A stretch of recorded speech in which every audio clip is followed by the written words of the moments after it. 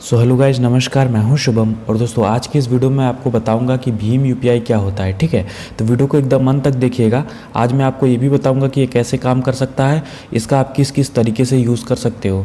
ठीक है, तो गाइज सबसे पहले आपको बता दूं कि इसको किसने बनाया है। तो इसको आरबीआई ने बनाया है। ठीक है, आरबीआई मतलब रिजर्व बैंक ऑफ इंडिया, जो आप हम लोग का अपने देश का जो भी पैसा छापती है, ठीक है, वो बैंक है। ठीक है, यहाँ पर गाइज इसका मतलब भीम यूपीआई एक ऐसी टेक्निक है जिसके माध्यम से हम एक मोबाइल फ़ोन से दूसरे मोबाइल फ़ोन में पैसे भेज सकते हैं। मतलब इससे जो बैंक अकाउंट लिंक है, इसके बैंक अकाउंट से पैसा उठा के दूसरे के इसके फ़ोन में जो बैंक अकाउंट लिंक है उसके बैंक अकाउंट में पैसा भेज सकते हैं। ठीक है, तो भीम यूपीआई इसी तरह काम करता है। ओके, अब गाइज यहाँ पर देख सकते हैं आप लोग नीचे, यहाँ पे भीम यूपीआई के दो प्रकार के ऐप हैं। ठीक है, एक तो ऑफिशियल ऐप है भीम यूपीआई नाम से, तो अभी आप लोग अपनी स्क्रीन पे देख पा रहे हो, इस ऐप का स्क्रीनशॉट मैंने लगा दिया है। ठीक है, कि वो कैसा दिखता है, जो सरकारी ऐप है। ठीक है, और इसके अलावा यहाँ पे एक प्राइवेट ऐप बहुत ढेर सारे हैं जो कि आ चुके हैं मार्केट में। तो जैसे आप लोग जानते हो कि फ़ोनपे है, ठीक है, गूगल पे है, पेटीएम है, अमेज़ॉन पे है, व्हाट्सअप पे भी अब आ चुका है। इसके अलावा जियो पे, एयरटेल पे, फ्रीचार्ज, ट्रू कॉलर जो आपका ऐप होता है उसमें भी अब पेमेंट करने का ऑप्शन आ चुका है। ठीक है, तो ये कुछ प्राइवेट ऐप्स हैं और ये एक लौता एक सरकारी ऐप है जिससे आप पैसे भेज सकते हो एक दूसरे के फ़ोन में। ठीक है, इसके अलावा गाइज यहाँ पे कुछ एग्जांपल हैं, वो मैं आपको बाद में बताऊंगा। ओके, सो गाइज एक चीज़ देखिए कि जो भी अगर जैसे मान लीजिए आपके पास फ़ोनपे का अकाउंट है, ठीक है, फ़ोनपे का अकाउंट है, तो आप इनमें से किसी भी ऐप में पैसे भेज सकते हैं। ठीक है, ऐसा नहीं है, ज़रूरी नहीं है कि अगले बंदे का भी फ़ोनपे का अकाउंट होना चाहिए। ठीक है, तो ये बहुत बड़ा डाउट है आप लोग का, तो ये बात एकदम क्लियर कर लीजिए। जैसे आपके पास गूगल पे का अकाउंट है तो कोई ज़रूरी नहीं है कि अगले के पास गूगल पे हो। ठीक है, उसको किसी भी चाहे उसके पास अगले के पास फ़ोनपे है या और भी कोई ऐप है तो आप उसको तब भी पैसे भेज सकते हो। ठीक है, या फिर ये सरकारी ऐप है, इसमें भी आप भेज सकते हो। ठीक है, मतलब प्राइवेट से सरकारी में, सरकारी से प्राइवेट में। ठीक है, तो आप लोग आई होप ये इतनी चीज़ें समझ गए।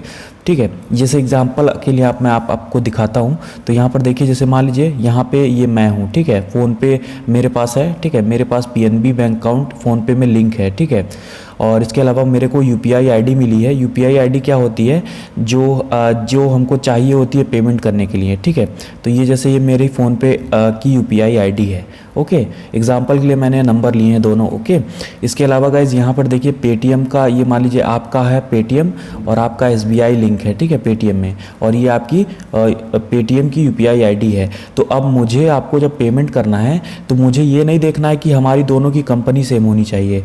हमें सिर्फ आपके यूपीआई आईडी से मतलब है। मतलब हमको बस आपकी ये यूपीआई आईडी मिल जाए तो हम अपने फ़ोनपे में ये यूपीआई आईडी डाल के आपको पेमेंट जब करेंगे तो मेरी इस आईडी से आपकी उस आईडी में पेमेंट चला जाएगा। फिर इस आईडी में जो भी आपका बैंक अकाउंट लिंक होगा एसबीआई, उसके अंदर पैसा चला जाएगा। तो यहाँ पर जैसे मेरा ये था, तो यहाँ इसमें पीएनबी लिंक था, तो पीएनबी से मैंने पैसे भेजे आपको, आपकी इस यूपीआई आईडी पे वो डायरेक्ट चला गया। ठीक है, तो ये चीज़ पहली चीज़ हो गई कि आप किसी भी ऐप से किसी भी ऐप में पैसे भेज सकते हो। ये डाउट आपका क्लियर हो गया। इसके अलावा गाइस दूसरी चीज़ आपको बता दूं कि जैसे मान लीजिए आपके फ़ोन में दो ऐप हैं, एक फ़ोनपे है, एक गूगल पे है। ठीक है, या फिर आप समझ लीजिए फ़ोनपे है और पेटीएम है। ठीक है, और एक में आपका पीएनबी है। ठीक है, और दूसरे में आपने सेम पीएनबी लिंक करके रखा है। ठीक है, और गाइज यहाँ पे आप सबको बता दूं, ये एग्जांपल के लिए मैं यहाँ पे एसबीआई लिखा हूँ। तो जैसे मान लीजिए आपका फ़ोनपे है, उसके अंदर पीएनबी है।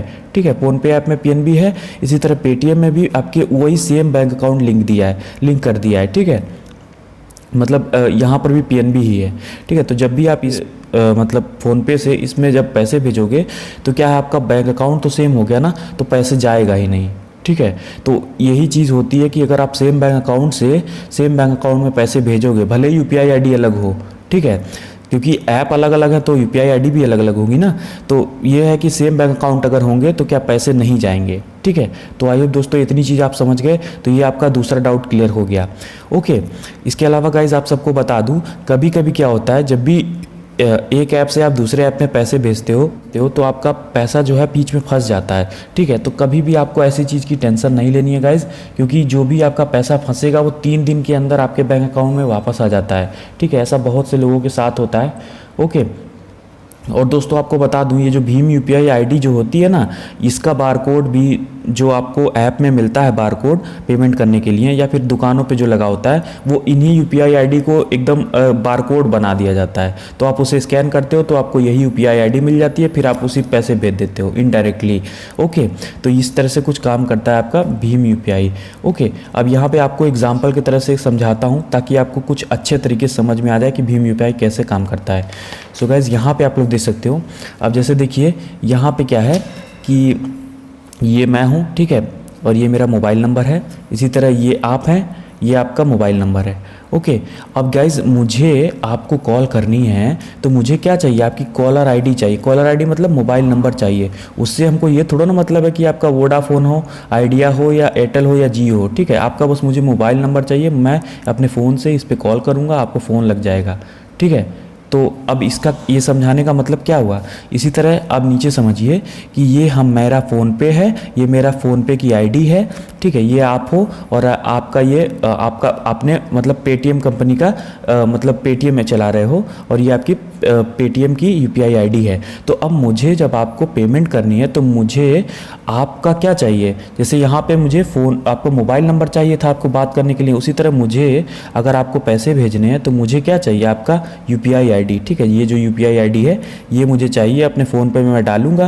ये देखिए, ये जो आपकी यूपीआई आईडी है मैंने यहाँ पर भी लिखी है। तो इससे अपने फ़ोनपे में अपने इस यूपीआई आईडी से मतलब मैं भी जब फ़ोनपे बनाता हूँ तो मुझे ये भी तो एक यूपीआई आईडी मिलेगी, तो मैं इसमें भेजूँगा ये डाल के अपने फ़ोनपे में।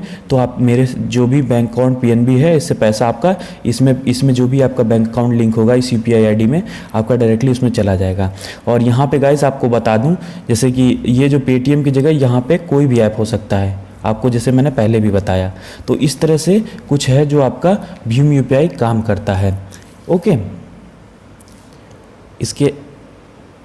इसके अलावा गाइज आपको एक कुछ इंपॉर्टेंट चीज़ बता दूं, जैसे कि यहाँ पे @ के बाद में अगर पेटीएम लिखा है तो ये आपको शो करता है कि ये पेटीएम की यूपीआई आईडी है, ठीक है।